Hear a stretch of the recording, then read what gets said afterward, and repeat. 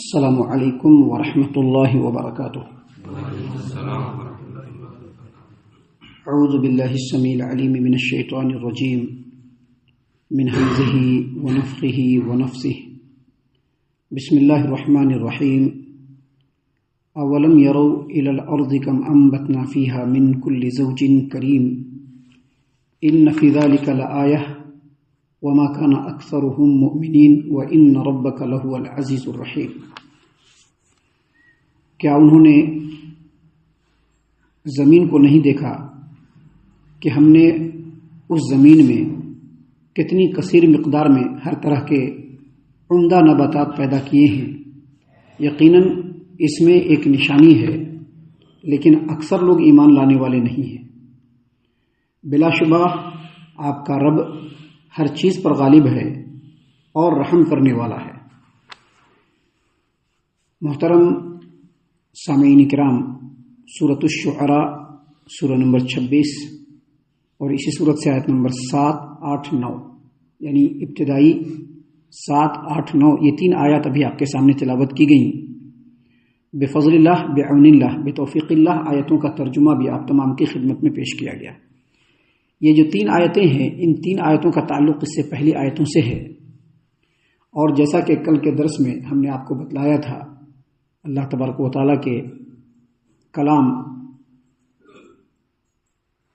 سورۃ الشعراء آیت نمبر 1 سے لے کر کے 6 تک جو باتیں ہم نے آپ کے سامنے پیش کی تھی آیتوں کی روشنی میں، وہ یہ ہے کہ اللہ تبارک و تعالیٰ نے سب سے پہلے یہ بتلایا کہ یہ جو قرآن کریم ہے، اس قرآن کریم کے اندر جو آیات ہیں، جو باتیں ہیں، اللہ تبارک و تعالیٰ کے جو احکام ہیں، جو پیغامات ہیں، وہ اتنے واضح ہیں، اتنے کلیئر ہے کہ اس کو کوئی بھی سمجھ سکتا ہے۔ ایسا نہیں کہ اس کو سمجھنے کے لیے کوئی بہت بڑا عالم، علامہ، فہامہ چاہیے، ایسی کوئی بات نہیں ہے۔ اللہ تبارک و تعالیٰ نے اسی قرآن کریم میں ایک سورت نازل فرمائی ہے، سورہ قمر۔ اس میں اللہ تبارک و تعالیٰ نے ریپیٹ کر کر کے بتایا ہے کہ وَلَقَدْ يَسَّرْنَا الْقُرْآنَ لِلذِّكْرِ فَهَلْ مِن مُدَّكِرٍ۔ ہم نے اس قرآن کریم کو سمجھنے کے لیے آسان کر دیا ہے، سمجھنے کے لیے، نصیحت حاصل کرنے کے لیے، نصیحت لینے کے لیے آسان کر دیا ہے۔ اسی وجہ سے آپ نے دیکھا ہوگا نبی کریم صلی اللہ علیہ وسلم کے زمانے سے خود نبی کریم صلی اللہ علیہ وسلم بھی قرآن کریم کی آیتوں کو لوگوں کے سامنے تلاوت کرتے، اس کے معنی اور مفہوم کو لوگوں کے سامنے بیان کرتے، اس کے ذریعے سے لوگوں کو تعلیم دیتے، ان کا تزکیہ کرتے۔ کیونکہ سبھی آدمی تو عالم نہیں ہے۔ ابھی سبھی کو سکھانے والے کون ہیں؟ نبی کریم صلی اللہ علیہ وسلم۔ نبی کریم صلی اللہ علیہ وسلم کو سکھانے والے کون؟ اللہ تبارک و تعالیٰ جبرائیل امین کے ذریعے سے، اور نبی کریم صلی اللہ علیہ وسلم نے صحابہ کرام کو سکھایا۔ ویسے ہی آج کے ڈیٹ میں بھی الحمدللہ علماء کرام کی ایک کثیر تعداد ہے جو آپ کے سامنے قرآن کریم کا درس پیش کرتے ہیں۔ ایسے دروس کو لازم پکڑیے۔ اسی لیے اللہ تبارک و تعالیٰ نے یہاں پر بیان فرمایا ہے کہ یہ جو کتاب ہے، یہ جو قرآن ہے، اس کے اندر جو آیات ہیں اتنی واضح ہیں، اتنی کلیئر ہیں کہ اس کو کوئی بھی سمجھ سکتا ہے۔ لیکن ان تمام باتوں کے باوجود مشرکین مکہ کے سامنے ان باتوں کو پیش کیا جاتا تھا۔ وہ سمجھتے بھی تھے، لیکن سمجھنے کے بعد بھی سمجھنے کے لیے ریڈی نہیں تھے، وہ ایمان لانے کے لیے تیار نہیں تھے وہ۔ تو اللہ کے رسول صلی اللہ علیہ وسلم کو اس بات کا بڑا دکھ، بہت زیادہ ٹینشن لیتے، بہت زیادہ فکر مند ہوتے، اس قدر فکر مند ہوتے، اس قدر وہ اس چیز کا اسٹریس لیتے تھے کہ اللہ تبارک و تعالیٰ نے آیت کریمہ یہاں پر بھی اور قرآن کریم میں دوسری جگہ پر بھی نازل فرمایا کہ یہ لوگ ایمان نہیں لا رہے ہیں، اس کے غم میں لگتا ہے آپ اپنے آپ کو ہلاک و برباد کر لیں گے۔ اس کے بعد اللہ تبارک و تعالیٰ نے یہ بتلایا کہ اگر اللہ تبارک و تعالیٰ چاہے گا تو سارے کے سارے ایمان والے ہو جائیں گے۔ اگر اللہ چاہے گا تو سبھی دنیا میں ایمان والا ہوگا، کوئی بھی جو ہے اللہ کا باغی اور مخالف نہیں ہوگا، کوئی بھی مشرک اور کافر نہیں ہوگا اگر رب العالمین چاہ لے۔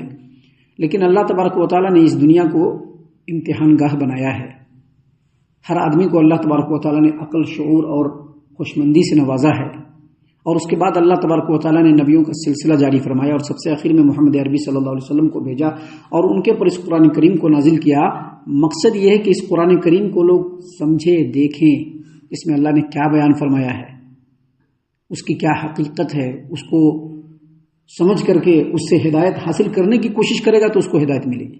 لیکن اللہ نے انہی آیتوں کے اندر بیان فرمایا کہ جب بھی رحمان کی طرف سے کوئی نصیحت آتی ہے تو یہ لوگ منہ موڑ لیتے ہیں، جھٹلا دیتے ہیں.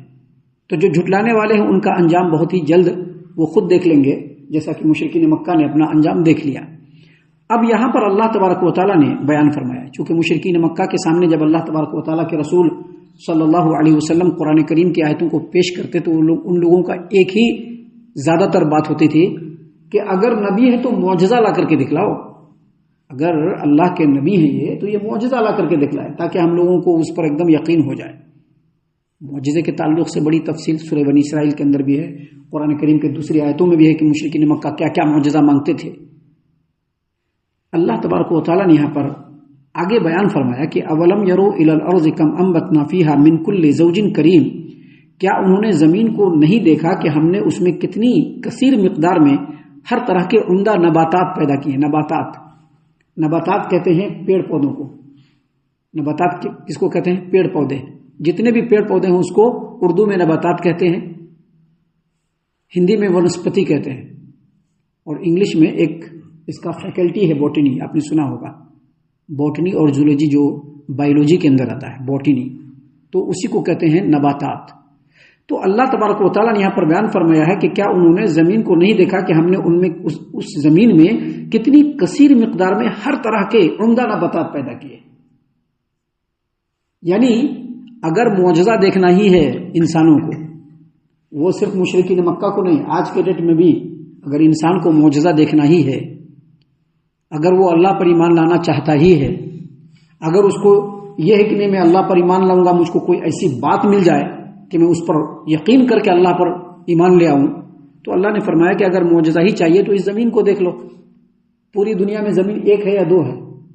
ایک ہی زمین ہے، لیکن اس زمین کے اندر مختلف قسم کی مٹی اللہ نے بنا دی ہے. ایک زمین ہے اور اسی ایک زمین کے اوپر ایک ہی آسمان سے ایک ہی طرح کی بارش پوری دنیا میں ہوتی ہے. ایک ہی طرح کی بارش ہوتی ہے نا، کہ الگ الگ بارش ہوتا ہے؟ نہیں، ایک ہی طرح کی بارش ہوتی ہے. اور جب بارش ہوتی ہے تو اس سے پودے نکلتے ہیں، سبزی اور ہریالی آتی ہے، مختلف قسم کے نباتات اگتے ہیں. اب ان نباتات کی جو پرورش ہوتی ہے، اس کی جو نشو و نما ہوتی ہے کس سے؟ سورج کی روشنی سے. کیا سورج دو چار ہیں؟ کیا ایک ہی سورج ہے، اور سورج کی روشنی بھی ایک ہی ٹائپ کی ہے. اسی روشنی کی گرمی سے نباتات نشو و نما پاتا ہے. تو کیا ایک ہی طرح کے سبزے پیدا ہوتے ہیں؟ نہیں، ہزار قسم کے سبزے پیدا ہوتے ہیں، ہزار قسم کے نباتات پیدا ہوتے ہیں. کہیں ہزار قسم کے پھول ہیں تو کہیں ہزار قسم کے پھل ہیں، لہلہا رہے ہیں، ان کی خوشبوؤں سے زمین بالکل معطر اور مہک رہی ہے. اور پھر یہ جو ہزاروں قسم کی جو نباتات ہیں الگ الگ جگہ میں جو پیدا ہو رہے ہیں، سب کا وہاں کے لوگوں کے ساتھ ایک کنیکشن ہے. ابھی گیہوں کہیں پر ہو رہا ہے تو لوگوں کو گیہوں وہاں پر سمجھ میں آ رہا ہے، کہیں پر کوئی دوسری چیز پیدا ہو رہی تو وہاں پر ان کو وہ چیز سمجھ آ رہا ہے. کشمیر کے اندر سیب ہے کہ نہیں؟ وہاں کے لوگوں کو دیکھ لیجئے، سیب سے ان کا کنیکشن ہے زبردست. اور پھر یہ ہزاروں قسم کے جو نباتات اس روئے زمین پر اگ رہے ہیں، وہ اپنی طرح سے نہیں بلکہ سب کے لیے اللہ تبارک و تعالیٰ کا قانون ہے، اور اس قانون کے حساب سے ہی وہ پیدا ہوتا ہے. ابھی گیہوں کو بونے کا اور اس کو پیدا کرنے کا جو طریقہ ہے وہ الگ ہے، اور راگی کو پیدا کرنے کا طریقہ الگ ہے کہ نہیں ہے؟ اگر انگور پیدا کرنا ہے تو کیا گیہوں کی طرح سے کر دیں گے؟ نہیں، انگور کو پیدا کرنے کا طریقہ ہے، سارا قانون اللہ تبارک و تعالیٰ نے بنایا ہوا ہے. تو یہ جو ہزاروں نباتات ہیں، ان تمام نباتات کے اگنے اور کوپل نکلنے اور پھر پودا بننے اور پھل دینے کا جو قانون ہے وہ رب العالمین کے انڈر میں ہے. اگر انسان اس پر غور کرنا چاہے گا تو بہت لمبا میدان ہے. آپ نے سنا ہوگا جب لوگ ڈاکٹریٹ کرنے کے لیے جاتے ہیں یا آگے بڑھتے ہیں، جب پی یو سی کے اندر جب داخلہ لیتے ہیں تو ان کو ایک فیکلٹی دیا جاتا ہے سائنس. اب سائنس میں کیا چاہیے آپ کو؟ باٹنی چاہیے کہ زولوجی چاہیے؟ یعنی باٹنی جس کو کہتے ہیں ونسپتی وگیان، جس کو کہتے ہیں علم نباتات، اس کی ایک مکمل فیکلٹی ہے، ایک وسیع میدان ہے. آدمی اس میں جتنا غور کرے گا اللہ تبارک و تعالیٰ کی قدرت کی جو پرتیں ہیں وہ کھلتی جائیں گی، اور اس کے دل کے اندر جو ہے اللہ تبارک و تعالیٰ کی عظمت رچتا بستا جائے گا. لیکن شرط کیا ہے؟ اللہ پر ایمان لانے کا دل کے اندر ارادہ ہوتا. آج کے دن میں بہت سارے سائنس میں جو ہے ڈاکٹریٹ کیے ہوئے ہیں، باٹنی کیے ہوئے کہ نہیں، لیکن ان کو کچھ بھی پتہ نہیں ہے. وہ صرف ایک علم لینے کے لیے کر رہے ہیں، نہیں، ہمارا رب نے اس نے پیدا کیا ہے، کیا باریکی ہے اس میں غور کرنا. اسی لیے اللہ تبارک و تعالیٰ نے یہاں پر بیان فرمایا کہ اولم یرو الی الارض کم انبتنا فیہا من کل زوج کریم. اگر ان لوگوں کو معجزہ ہی چاہیے تو کیا ان لوگوں نے زمین میں نہیں دیکھا کہ ہم نے کئی طرح کے عمدہ نباتات پیدا کیے ہیں. ان فی ذلک لآیہ، اس میں البتہ نشانی ہے. کس کے لیے؟ جو سمجھنے والا ہے اس کے لیے. لیکن جو سمجھنے والا نہیں، جو ایمان لانے والا نہیں، اس کے لیے کوئی نشانی نہیں.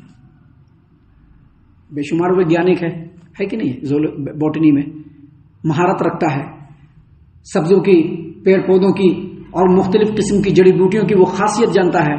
آپ اس کو افریقہ کے جنگلوں میں بھیج دی تو کیا کیا وہ جو ہے انوینٹ کر کے لے آئے گا، انسندھان کر کے لے آئے گا، شودھ کر کے لے آئے گا، تجربہ کر کے لے آئے گا کہ یہ وہ ہے، یہ وہ ہے، سب لے آئے گا. لیکن اس کو علم نہیں ہو رہا ہے، اس کو اللہ تبارک و تعالیٰ کا جو قدرت کاملہ اس کو کھل نہیں رہی ہے. تو اللہ نے کہا کہ اگر معجزہ ہی کسی کو دیکھنا ہے تو وہ زمین کی طرف دیکھے کہ ہم نے کئی طرح کے عمدہ نباتات پیدا کیے ہیں، یقیناً اس میں ایک نشانی ہے.